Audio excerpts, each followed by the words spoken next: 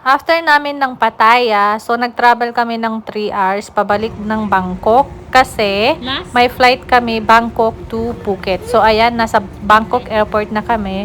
Hinahanap namin dyan yung boarding gate namin. So ayan, nakasakay na kami ng eroplano. So ito yung view namin papuntang Phuket, and of course may pa-milk tea ang eroplano. And then after an hour, nakarating na kami dun sa hotel na i-stayan namin. Malapit lang siya sa Phuket Town. So ito yung hotel na ini-stayan namin. Kasi hindi kami nakabook ng Airbnb kasi punuan lahat. So kaya ang nangyari, ang ending, nagbook na lang si Mac ng hotel na pwede namin i-stayan. So okay naman kasi walking distance din naman lahat to sa mismong town ng Phuket. So ito yung view ng hotel sa baba. So habang nagche-check-in si Mac ng mga bagahe namin, so kinuhanan ko muna yung view at labas ng hotel na ini-stayan namin. So di ba ang ganda sa gabi? Oh, foreigner yan. Yung lumabas na babae. Mostly lahat ng mga naka-check-in dito sa hotel namin ay mga foreigner. Mga Romanian at Ukrainian. So, first day namin is nag-decide kaming bumisit sa another beach ng Phuket, Thailand. So, ito yung sinasabi nilang Kata Beach. So, ayan, nag-hire kami ni Mac ng bicycle papuntang Kata Beach in Phuket. So, sasabihin ko sa inyo kung paano kami nag-rent ng motorcycle dito sa Phuket later. So, ayan, nag-sightseeing lang kami. Halos lahat ng nakikita namin dito, lahat mga foreigner, walang mga local people. Wala kang makikitang local people dito sa Kata Beach. Lahat mga white people. Parang feeling mo wala ka sa Thailand kasi hindi mo makikita yung mga local people. Mostly mga white people ang mga nandyan. So, speaking about the renting motorcycle in Phuket, Thailand, so kailangan mong i-deposit sa kanila yung passport mo.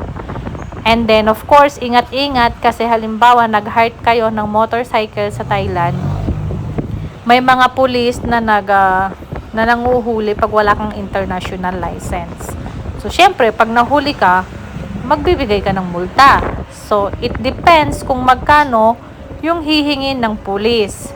So, ayan, pero talaga, hindi kami nag-taxi, hindi kami sumakay ng any jeepney sa Phuket kasi hinay namin itong motorcycle for 5 days. Kasi 5 days kaming magi-stay dyan sa Phuket. So, lahat ng pinuntahan namin sa Phuket is nag-motorcycle lang kami. So, enjoy na enjoy namin. Kasi habang nagmo-motorcycle kami, so kitang-kita mo yung view. And na-enjoy namin yung view. So, on that night, ang first day namin, nag-walking kami sa Phuket Old Town. So, ito yung Chinese town. So, may pa-dragon silang ganyan. O, diba? Ang ganda. So, ayan, naglalakad-lakad kami dyan kasi malapit lang naman yung hotel namin sa Phuket Town and sa Chinese town. So, lakad-lakad kami. Ayan, yung anak ko tamad maglakad. So, sige, stroller na lang natin.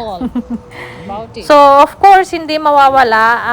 After namin naglibot-libot, nagutom kami. So, may market day lagi dyan sa Phuket. Depende, may naka-schedule. But mostly, every night, may mga market day sila. So, sa market day, ang makikita nyo dyan, hindi mga, hindi mga gulayan or something. Ang makikita nyo dyan, market day, food day. So, market day, so iba't ibang mga pagkain ang makikita mo. And then, may mga pabanda. So, free yung banda na, yung kanta-kanta na yan, free yan. Depends na lang kung gusto mo magbigay ng donation. Kung nakikita nyo guys, kung saan kami nakaupo, wala kayong nakikitang local people. Mostly lahat white people, di ba? Ang daming white people, ang daming afam, ang daming gwapo. Ang daming magaganda, of course, ng mga white people also. So, ayan, habang kumakain kami, after namin nag-order ng food na kakainin namin, kasi dinner na namin yan. So, ini-enjoy namin yung free music ni Kuya. Hindi ko alam kasi si Kuya parang mukhang Pilipino eh. Ang galing magkumanta. So, enjoy na enjoy namin. Bahala na, ayokong tawag doon, ayokong i-silent or unmute yung kanta ni Kuya.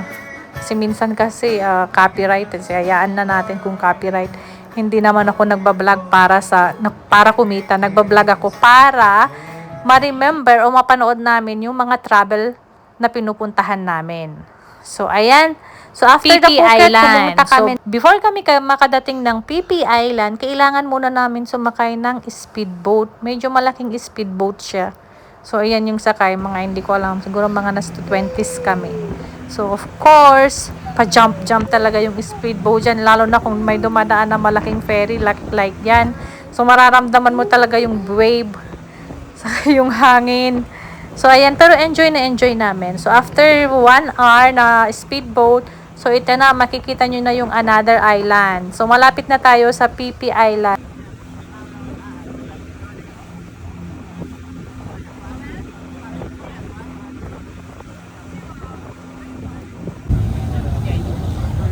Our ship is even slower than this speed.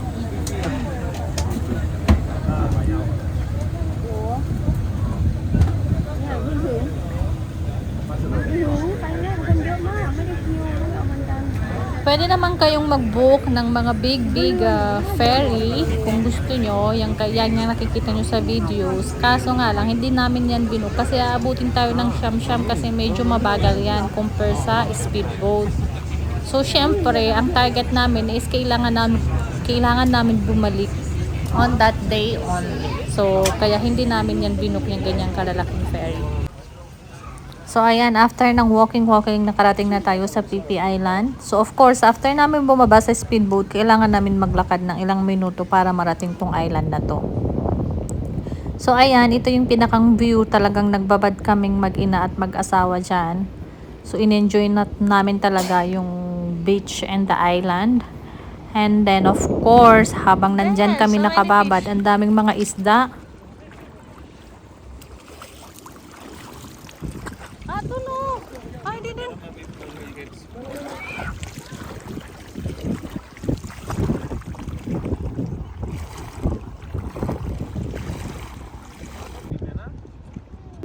So ayan, habang enjoy kaming nakababad dyan, enjoy din kaming makita yung mga maliliit na isda. Ang daming mo makikita dyan. So syempre, nagbabad kami ng ilang oras, kaya sobrang itim na itim kami niyan.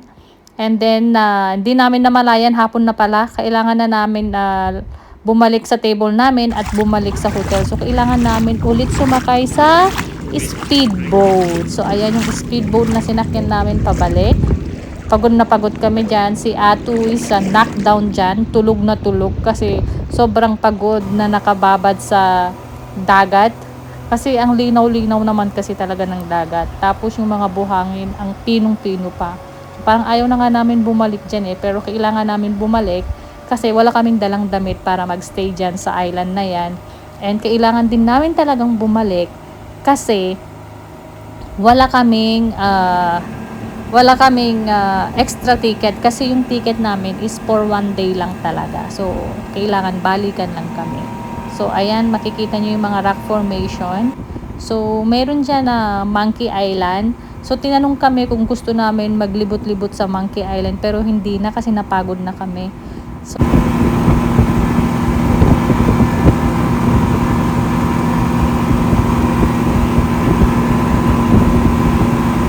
of course, in the another day, another adventure again. So, pumunta kami dyan, nag-walk kami. Sabi ko kay Mark, I want nature kasi after namin ng PP Island kasi nagkasakit ako kasi sobrang babad namin sa initan sa dagat. So, parang nilagnat ako kinagabihan that time. So, ayun, nag-decide yung asawa ko, Chalo, sabi niya ganun, let's go for a walk. So, ayan, naghanap kami ng nature na pwede naming lakarin. Ang siste, paakyat yung nilalakaran namin. So, pagod pa rin kami. Itong mga guys, another adventure tayo. So, ito, pumunta kami sa Big Buddha Wat Chalong in Phuket. Ito yung last day namin na-consume na namin yung 4 days. 1 day kaming nag-stay sa hotel kasi nagkasakit nga ako. So, whole day nagpahinga kami. So, yung medyo okay na ako, sabi ko kay Mike, let's go to the Big Buddha kasi last day na namin dyan. After nito is kailangan na namin lumipat ng another state. Talagang sinulit namin yung stay namin sa Thailand. So, ito yung pinakang view ng Big Buddha sa taas.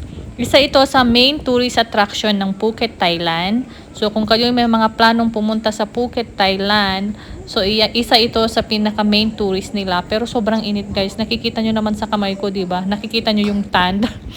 After namin nag-PP Island, grabe na talaga yung tan namin mag-ina. So okay lang naman kasi talagang sinulit namin. So after Big Buddha, dumiretso kami sa night market. So magkadugtong lang yung night market sa mall. Ito yung makikita nyo. Ang daming mga damit na pwedeng bilhin. Ang dami ring mga foods na pwede nyong tikman or itry. So ayan, lakad-lakad kami. Nagtitingin kami ng pwede namin kainin. Kasi talaga yung mga food na kinain namin, isang vlog ko na lang siya kasi ang dami. So lakad-lakad kami, nag-choose kami kung ano yung pwede namin kainin dyan. So ang dami guys, oh. Diba? Pili lang tayo. Pili lang tayo ng pwede natin kainin. So, ayan. So, iniikot-ikot muna namin yung hanggang dulo kung ano yung pwede namin makuha. Ayan. So, si Mac nag-decide siya ng pad thai noodles. So, nag-order na siya ng pad thai noodles, one of his favorite na pagkain sa Thailand. Sabi ni Mac dyan, no spicy kasi gusto ko rin kasing kainin. So pag sobrang anghang kasi, ang hirap ng kainin. Hindi ako masyadong maano sa maanghang. Pero enjoy ko siya, ang sarap niya soup. So another gala tayo mga kamamshi and mga kamarites. Ayan, gumala kami ng night ulit. So talagang sinulit namin yung stay namin sa Phuket. So ito naman yung Phuket Old Town. So ito ay located sa Talang Street, Phuket. So dito makikita natin yung historic Portuguese buildings. Yung mga design ng mga buildings is parang siya, Portuguese style. So ayan, makikita nyo sa video. Kitang-kita naman natin sa video yung disenyo. And then syempre napagod, kumain kami ng ice cream.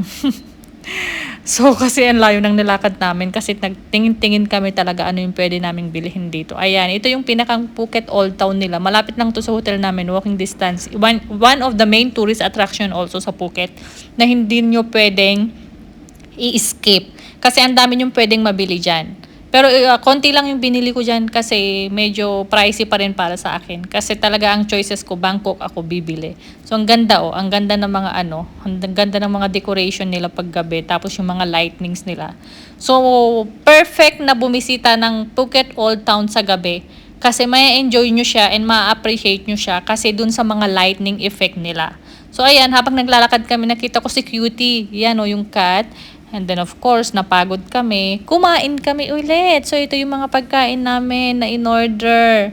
So ayan, di ba? Ang dami naming tinry na mga pagkain. Sabi ni Mac, try this. It's very yummy. So paborito daw niya yan. So nung pagka-try ko, sobrang tamis. So hindi kasi ako fan masyado ng sobrang tamis kahit sa mga cakes or whatsoever. Hindi ako sobrang fan. So na-enjoy naman yan nilang mag-ama kasi pareha silang sweet tongue. So, ito yung mga dessert nila kung gusto nyong kumain. Ayan, di ba? Ang dami niyan, guys. Pili-pili lang kayo dyan. Maganda talaga, pag nagbisita kayo ng Thailand, may enjoy nyo talaga yung food. Kasi ako, saka yung asawa ko, enjoy namin talaga yung food. Especially yung asawa ko kasi nag-study siya dyan ng ilang years dito sa Thailand. So, alam na niya kung ano yung pwedeng kainin, kung ano yung not pwedeng kainin, kung ano yung gusto niyang orderin. Yan. And one of my favorite, of course, the mango sticky rice. Gabi-gabi, guys, nagte-take out ako ng mango sticky rice kasi one of the delicacy ng Thailand. Sobrang sarap niya. Super. So, yung pumunta kami ng beach, ito yung food namin na in-order. Hindi mawawala talaga ang pad thai kasi lagi yan, every alternate a day may pad thai kami. And then, of course, after namin bumisita ng Big Buddha, ayan, umupo kami o nag-order kami. So, ayan yung mga kinain namin. Sobrang busog kami talaga and enjoy na enjoy.